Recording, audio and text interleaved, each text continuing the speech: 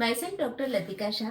કાલે મને એક હાઈલી એજ્યુકેટેડ ફિમેલ ફોન કરે છે જેમની એજ 57 યર્સ છે. એ કહે છે કે મેડમ, લગ્ન કર્યા પછી તરત જ થોડા મહિનામાં ખ્યાલ આવી ગયેલો કે અમારી બંને વચ્ચે ફિઝિકલ કેમેસ્ટ્રી નથી, ઇમોશનલ કનેક્શન નથી, પણ ડિવોર્સ માટેનો સોશિયલ સ્ટિગ્મા, કલ્ચર પ્રેશર, બાળકોના લીધે મેં ડિવોર્સ નહીં લીધા.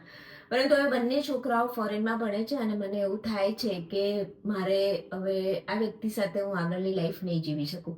આને ગ્રે ડિવોર્સ કહેવાય કે જ્યારે કપલ 50 પછી હોય, એમના વાળ સફેદ થઈ ગયા હોય, છોકરાઓ બહાર ભણવા જતા રહ્યા હોય, એમ્પ્ટી નેસ્ટ હોય, અને ત્યારે કપલને એવો સવાલ થાય કે આ લાઈફના આગળના 15 થી 20 વર્ષ આ વ્યક્તિ જોડે કેવી રીતે રહીશું.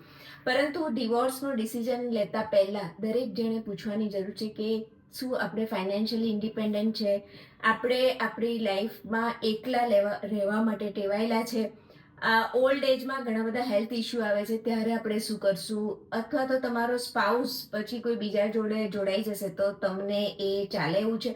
અને લાસ્ટ મોસ્ટ ઇમ્પોર્ટન્ટ જે ક્વેશ્ચન તમારે પૂછવાની જરૂર છે કે આ રિલેશનશિપને સેવ કરવા માટે, બચાવવા માટે મેં શું કર્યું છે અથવા તો હું શું કરી શકું છું. ઘણીવાર જે એમ્પ્ટીનેસ કહેવાય તે એ તક પણ છે કે જ્યારે તમે જે એકબીજાથી ખોવાયેલા છો એને રીડિસ્કવર કરવા માટે, જે કનેક્શન તૂટી ગયું છે એને રીબિલ્ડ કરવા માટેની પણ ઓપોર્ચ્યુનિટી હોઈ શકે. સો